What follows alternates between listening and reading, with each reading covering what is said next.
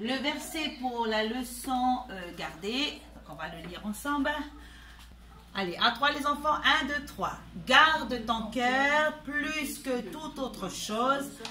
Proverbe chapitre 4 et le verset 23. On répète encore une fois. Garde ton cœur plus que toute autre chose.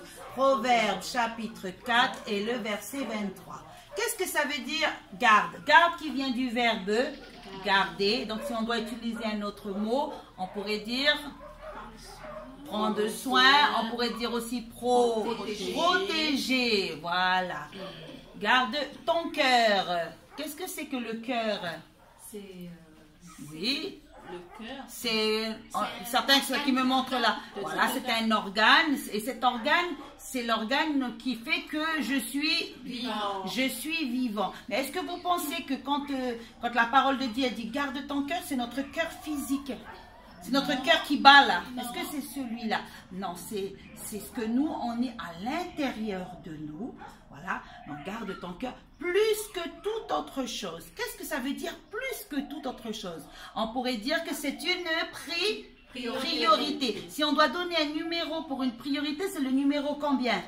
Le numéro 1. Ça veut dire que c'est une chose qui est très importante. Exactement. Donc, Dieu me demande de garder. Qu'est-ce qu'il y a de très important que je dois garder? Mon cœur. Ce qu'il y a à l'intérieur de moi. D'accord. Parce que qui habite dans mon cœur, si je lui ai donné mon cœur, j'ai donné mon cœur à Jésus, c'est qui habite à l'intérieur de moi? C'est Jésus.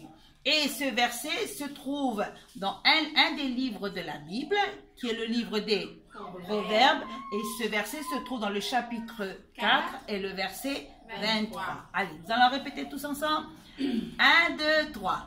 Garde ton cœur plus que toute autre chose. Proverbe chapitre 4 et le verset 23. Encore une fois, garde ton cœur plus que toute autre chose. Proverbe chapitre 4, verset 23. Je vais voir si vous avez retenu 1, 2, 3. On répète ensemble. 1, 2, 3. Garde ton cœur plus que toute autre chose. Proverbe chapitre 4, verset 23. Merci.